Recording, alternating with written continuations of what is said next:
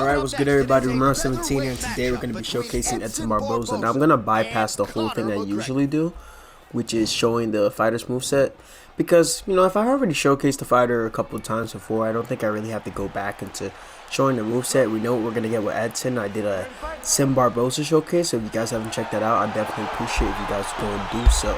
So we're going against this Conor McGregor, and even with using Edson, whether I'm trying to use him sim or not, it's not necessarily, I'm not going to use him any different. I'm probably going to aim to do the same thing. But for those who are fans of Edson Barboza, that had to have been a heartbreaker watching UFC 272.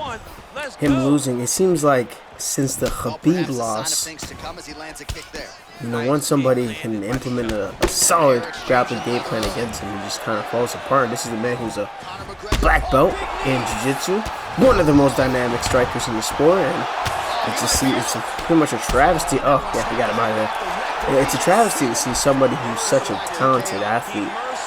See where he's at. You know, it's kind of his title aspirations are kind of now down in the mud. You know, he lost to Giga Chikadze, lost by TKO in round 3.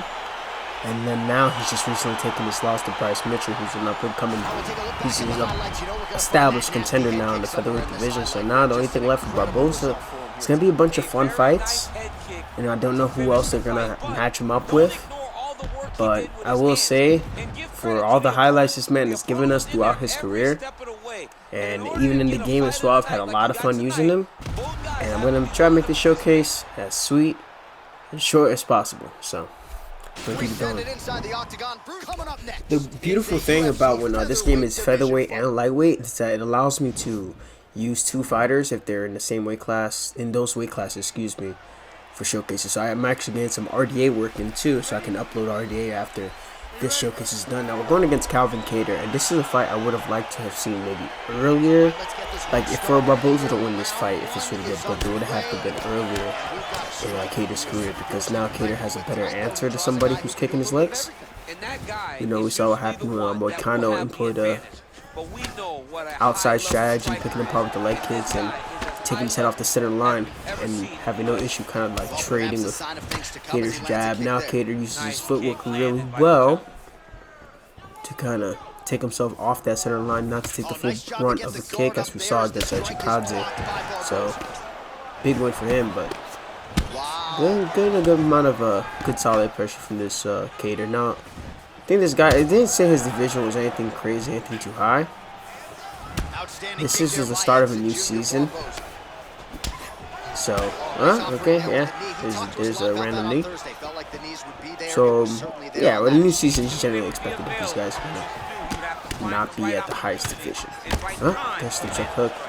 Now, Edson, with his move levels, of course, you're going to be looking to use these shot and low kicks. My word of advice when it comes to using leg kicks is you always want to do it when the safest time to do it is if somebody's like in the middle of punching, like in the middle of their punching animation, because they won't be able to check it. Or see that this guy's just kind of going high-low with the block. So I'm just waiting until he commits to something. And if you feint, coming there with a calf kick, if you feint, you can see if the guy is actually legitimately timing a low block, or he's just going high-low, and he can kind of take the chance without checking the kick. But yeah, with Edson, you know, also him getting dropped by Bryce Mitchell. Not that I don't think a lot of people saw that coming, but this is just positional. It's positional with Edson Barboza anytime he's against the cage. And there's this thing. Check that one. Oh, that one hurt his leg. Hold on. Well, I want to get that pull hook. But there's a positional thing that a lot of fighters do, right? It's just a thing called an L step. And I picked up on watching, I've been learning a lot watching Barry Robinson, how he kind of breaks down how it's a very inefficient movement. And it's because the fighter's taking their front foot, bringing it back to their back foot, basically compromising their base just to move in one direction when they could have just simply moved with that foot, with that said direction. If you're going to move to your right, just move your right foot and then have your left foot follow. Let's go. We're a little bit crazy. And if you see a lot of knockouts when people are like L-stepping, they don't go anywhere. Like, they're trying to like move out of the way to center line, but they legitimately don't go anywhere. You can see it in the Ngannou Stipe fight. You see it in the second one. You see it with Marlon Moraes. He got caught against Corey Sandhagen, and then you can see when Barboza got caught against Gaethje. Of course, like, you know, you can see the hands down and everything like that. But Jesus Christ, if you keep fucking kneeing me, Jesus, what's wrong with you? Are you mentally ill? It's like, like, hold on, like, I'm trying to have some like fun and relax. Feel like this guy's like, all right, time to pull all the stops, and you start to fucking knee me every 2 goddamn seconds. He's also trying like to elbow me aggressively. Now, to Kattar's credit, he did do that a lot against Chikazi. I can't get too annoyed about that. But like I said, do unto others what you want done to you. But yeah, that L step, it just doesn't do anything, and it's kind of wild that we haven't seen that. Can you jump on him? Go with the knee again. We'll sidestep that. Like a lot of fighters when they're like L step and they get freaking caught and they get blasted with like a strike. And that's exactly what happened to Edson right before he got dropped by Mitchell, and then once Mitchell was on top, he wrapped him up, and it was just a wrap. Oh, okay. Hold on. No. Jesus Christ, those elbows. They're fishing. Oh my God. You know, that's a decent thing to do. You know, bait the guy to like start throwing these back so you can catch it and get a takedown. And that's his ground. And he gets up. Okay. That wasn't that smart. Check that one. Gee, every single time I throw a body kick in the pocket, this motherfucker just he's just fucking elbows the shit out of me. You know? Yeah, let's go. I said, you want these? You want these? Jesus. No. I'm going to switch kick you to death. I'm going to make you look like Dan Hooker against Barboza. Which is a crazy fight if you guys haven't watched that yet. No fight. Oh, body rock. Let's go. One more. One more. That's what you get. But yeah. In that fight, Dan Hooker and Edson Barboza is probably one of his finer performances. That's a really crazy fight. Probably should have got stopped early, but that's a really crazy fight. I think for Edson at this point in his career, I don't know what other fun fights. Maybe he could fight Alex Caceres. I think Caceres could be a good fight for him at featherweight, right? That'd be a decent fight. I just don't know who else would be a solid fight for Edson. I don't know how many fights he has left in his contract as well. So. Alright, we're going to have this one be the last one. So, Barboza versus Aldo. You know, I remember when Barboza was the first news reporter, like him dropping at featherweight, and everybody was saying, yeah, he's going to be like Aldo like at featherweight or whatnot. I'm like, he's cutting a lot of weight to get down to 45. And Aldo's a much better boxer in the pocket than Edson. And even though Edson has devastating kicks, guys have figured out ways to take that away from him. And you don't necessarily have to be the bigger guy. I feel like, again, size gets overblown in combat sports when it comes down to positioning. We see it all the time with guys who are not exactly the greatest in stature or the greatest in muscle mass. Case in point, Bryce Mitchell and Barboza. If you were to point at Bryce Mitchell and Edson Barboza in the street, and you were to tell some person, who do you think would win in the fight, I'm 99% sure most of the population is going to say Barboza.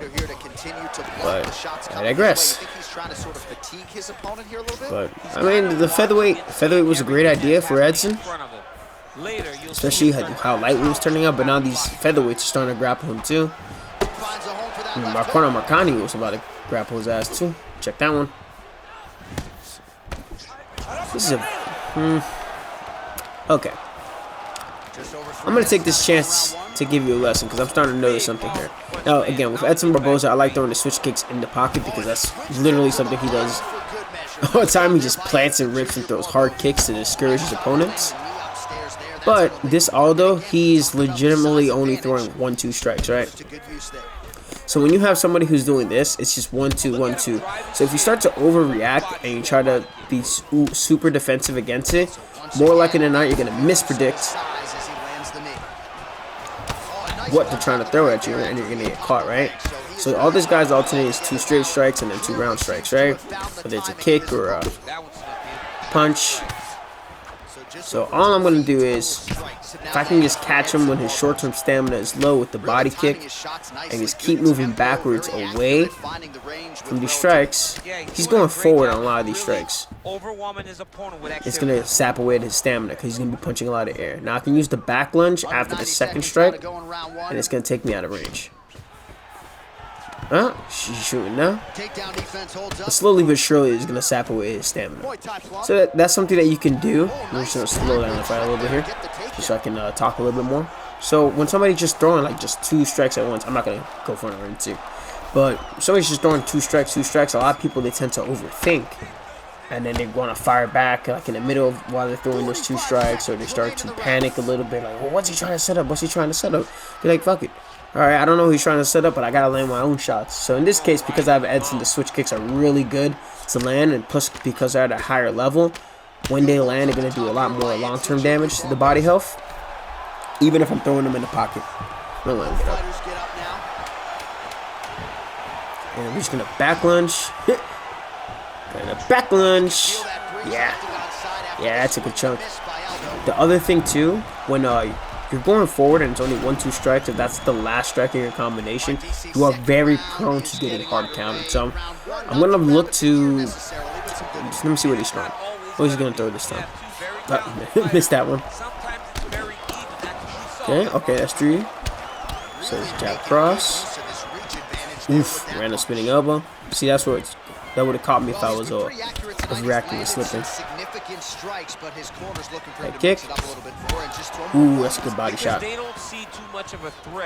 When he goes with that straight, he's usually going with the uppercut. So I'm going to try to, I'm going to go with the slip hook.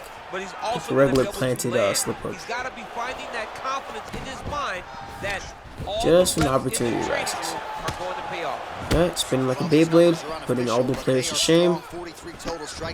Oh, shit! Oh, he definitely lost that. Nope. Just keep lunging, keep playing kicks. He's getting frustrated.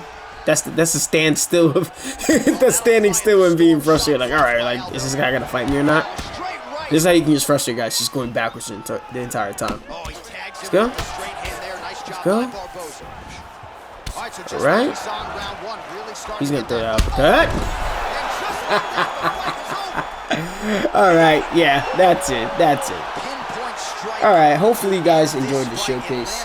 Again, as a fan of Edson Barboza, it kind of sucked to see him lose at UFC 272. I wish nothing but the best for him for the rest of his career, whatever he plans to do with it. Hopefully you guys enjoyed the short little showcase. We're going to go and do Rafael dos Anjos next, or maybe we might do Kevin Holland next. I don't know, we'll see. But thank you guys for tuning in. I appreciate all of you, and as always, stay safe from Arrow 17. I'm out of here.